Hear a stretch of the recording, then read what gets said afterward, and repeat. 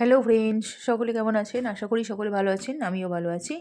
আমি আবারও একটা নতুন রেসিপি আপনাদের সাথে নিয়ে এসেছি। একটি নতুন রেসিপি শেয়ার করব, একটি নতুন ভিডিও আপনাদের সাথে আমি শেয়ার করছি।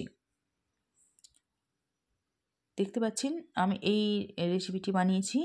এটা কিন্তু একটা গুজরাটি মিষ্টি রেসিপি। কত স্পঞ্জি হয়েছে এবং যখন হাতে করে চাপ দিচ্ছি পুরো ভেঙে যাচ্ছে। এটাকে ধোকলা বলে, এটা কিন্তু সকলেই জানে। এটাকে ধোকলা বলে। গুজরাটি একটা মিষ্টি রেসিপি। এখন এটা কিন্তু সকলেই খায়। খুব টেস্টি একটা রেসিপি। আমার তো খুব পছন্দের, এটা খুব ভালো লাগে। আমি ভেঙে খেয়ে দেখাচ্ছি। তো এই রেসিপিটির জন্য আমি নিয়েছি বেসন, নিয়েছি 200 গ্রাম মতো বেসন আছে। আর নিয়েছি চিনি, লবণ, একটু হলুদ গুঁড়ো, 1 চিমটি কালো জিরে, আর বেকিং সোডা, বেকিং পাউডার নিয়েছি। এই যে বেকিং পাউডার, বেকিং সোডা আছে। আর একটা কাঁচের বোল নিয়েছি। আর লাগবে জল। প্রথমে কাঁচের বোলে আমি এই 200 গ্রাম যে বেসনটা নিয়েছি ওটা ঢেলে নিলাম। বেসনটা ভালো করে আমি চেলে নিয়েছি। তারপর লবণ, একটু হলুদ গুঁড়ো, একটু চিনি আর একটু কালো জিরে দিয়ে দিলাম। দিয়ে ভালো করে বেসনের সাথে ভালো করে মিশিয়ে নিচ্ছি। মিশিয়ে নেওয়ার পর একটু একটু করে জল দিতে হবে, দিয়ে একটা ব্যাটার বানাতে হবে। একবারে জল কিন্তু বেশি দেওয়া যাবে না, অল্প অল্প করে জল দিতে হবে। আর এটা মেশাতে হবে, বেসনটা ভালো করে গুলতে হবে জল দিয়ে। বেশি জল দিলে কিন্তু পাতলা হয়ে যাবে, তো অল্প অল্প করে জল দিতে হবে সেই জন্য। আর এটা ফেটাতে হবে ভালো করে। দেখতে পাচ্ছেন আমি একবারে জল দিচ্ছি না, অল্প অল্প করে জল দিচ্ছি। আর চামচ দিয়ে বেসনটাকে ভালো করে মিশিয়ে নিচ্ছি জলটা, আর ভালো করে ফেটিয়ে নিতে হবে।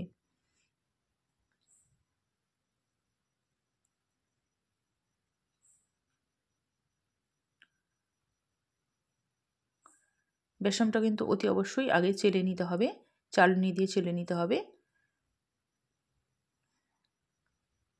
কেননা বেসনের মধ্যে অনেক সময় জমাট বেঁধে থাকে, তো সেটা যাতে না থাকে সেটা দেখতে হবে।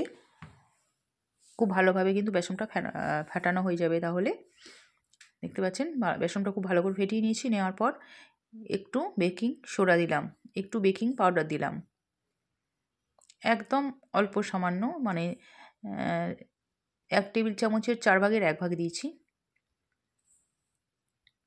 তারপর আরও একবার বেসনটা খুব ভালো করে ফেটিয়ে নিলাম। এটা নেওয়ার পর আমি 10 মিনিট মতো ঢাকা দিয়ে রেখে দেবো রেস্টে। বেসনটা খুব ভালো করে ফেটানো হয়ে গেছে। তারপর আমি ঢাকা দিয়ে রেখে দিলাম। 10 মিনিট পর আমি আসছি। এদিকে একটা বাটিতে আমি তেল বুলিয়ে নিলাম ততক্ষণে। একটা সাদা তেল, 2 ফোঁটা মতো সাদা তেল বাটিতে দিয়ে, একটা অ্যালুমিনিয়ামের বাটি নিয়েছি। এটা অ্যালুমিনিয়ামের জায়গা নিলে কিন্তু ভালো হয়। অ্যালুমিনিয়ামের জায়গাতে 2 ফোঁটা তেল দিয়ে, সাদা তেল দিয়ে ভালো করে বুলিয়ে নিয়েছি, ভেতরটা মাখিয়ে নিয়েছি। তারপর এই যে বেসনের ব্যাটারটা ঢেলে দিলাম। এর ঘনত্বটা দেখে বুঝতে পারছেন আপনারা, খুব পাতলা কিন্তু করলেও চলবে না, আবার খুব যে ঘন তাও নয়। বেসনের ব্যাটারটা আমি বাটিতে ঢেলে নিলাম, দিয়ে বাটিটা একটু ঠুকে নিলাম। নেওয়ার পর এদিকে গ্যাসের উনুনে আমি একটা স্টিলের কড়াইয়ে জল বসিয়ে দিয়েছি। জলটা টকবক করে ফুটছিল। গ্যাসটা এখন একটু কমিয়ে দিয়েছি বলে মনে হচ্ছে যেন জলটা হয়ে গেছে, ফোটাটা বন্ধ হয়ে গেছে। তারপর ওই যে বাটিটা বসিয়ে দিলাম, বেসমের যে ব্যাটারটা যাতে ঢেলেছিলাম, বাটিটা জলে একদম বসিয়ে দিয়েছি, ডাইরেক্ট জলেতেই দিয়ে দিয়েছি। আমি কোনো স্ট্যান্ড ফ্যান দিইনি, যে স্ট্যান্ড দিয়ে বসিয়েছি তা নয়। দেখতে পাচ্ছেন আমি খুললাম, 10 মিনিট পর খুলছি। হাই ফ্লেমে আমি কিন্তু রেখেছিলাম, এটা হাই ফ্লেমেই কিন্তু করতে হবে। হাই ফ্লেমে 10 মিনিট রাখার পর ঢাকা দিয়ে রেখেছিলাম। তারপর ঢাকাটা খুললাম। এই যে আমি একটা কাঠি দিয়ে দেখিয়ে দিচ্ছি, একদম রেডি হয়ে গেছে। কাঠিতে কিন্তু একটুও লাগেনি। আমি একটা কাঠি দিয়ে দেখলাম ভেতরটা, আরও একবার দেখছি কাঠি দিয়ে বেসমের ভেতরটা, একটুও কিন্তু লাগেনি।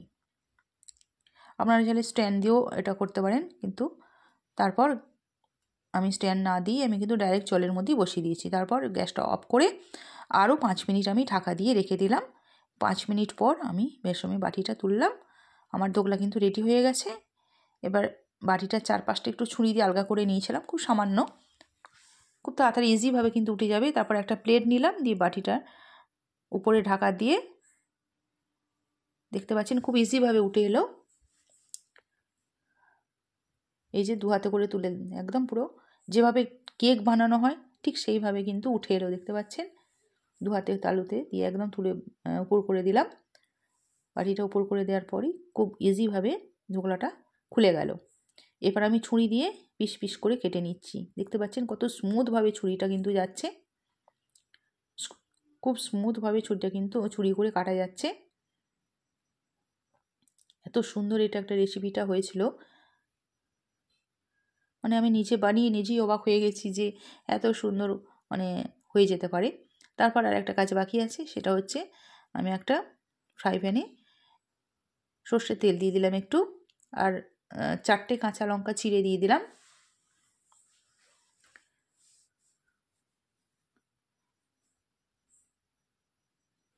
এটাতে আমি তেলই ভাজি, এটা একটা ছোট্ট ফ্রাই প্যান। তারপর একটু গোটা সর্ষে দিয়ে দিলাম, গোটা কালো সর্ষে দিয়ে দিলাম, কাঁচা লঙ্কার সর্ষের তেল দিয়ে দিলাম, আর দেবো কয়েকটা কারি পাতা।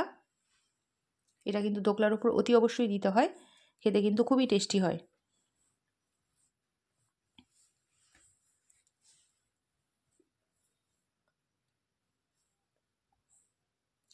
কিছু কারি পাতা আমি দিয়ে দিলাম তেলেতে।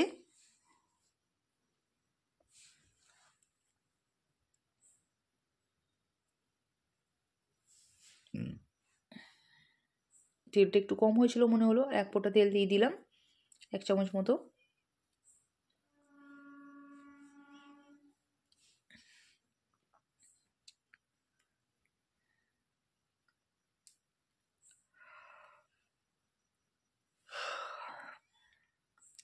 তারপর একটা চামচে করে যা কারি পাতাটা একটু ভালো করে ভেজে নিলাম, কারি পাতা, কাঁচা লঙ্কা, গোটা সর্ষে ভেজে নেওয়ার পর এই যে ধুগলের পিসগুলো আছে এর উপরে কিন্তু ঢেলে দিলাম, আস্তে আস্তে করে চাড়িয়ে চাড়িয়ে ঢেলে দিলাম, গোটা ধোকলাটাই যাতে এরা তেল ভেতরে যে পিস পিস করে কেটেছি ভেতরে যাতে তেলটা ঢুকে যায়, আর কাঁচা লঙ্কার একটা সুন্দর ফ্লেভার আসবে তার জন্য এটা দিয়ে দিলাম উপর থেকে। বন্ধুরা আমার চ্যানেলটিকে সাবস্ক্রাইব করবেন প্লিজ, বন্ধুরা পাশে থাকবেন, আর ভালো লাগলে লাইক, কমেন্ট এবং শেয়ার করতে যেন ভুলবেন না।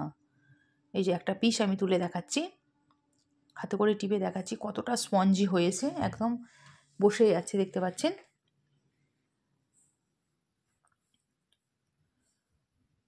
স্পঞ্জ যেমন হয় ওটা নামা করে ঠিক সেরকমভাবে ঠিক সেরকম হয়েছে, স্পঞ্জের মতো একদম, আর পারফেক্ট ধোকলা এইভাবে কিন্তু বানানো যায়। আর একটা পিস আমি তুলে দেখাচ্ছি হাতে করে, 2 হাতে করে 2টো আঙুলে করে চাপ দিয়ে দেখাচ্ছি যে কতটা স্পঞ্জি হয়েছে, একদম কাছ থেকে দেখাচ্ছি, দেখতে পাচ্ছেন ক্যামেরার কাছ থেকে।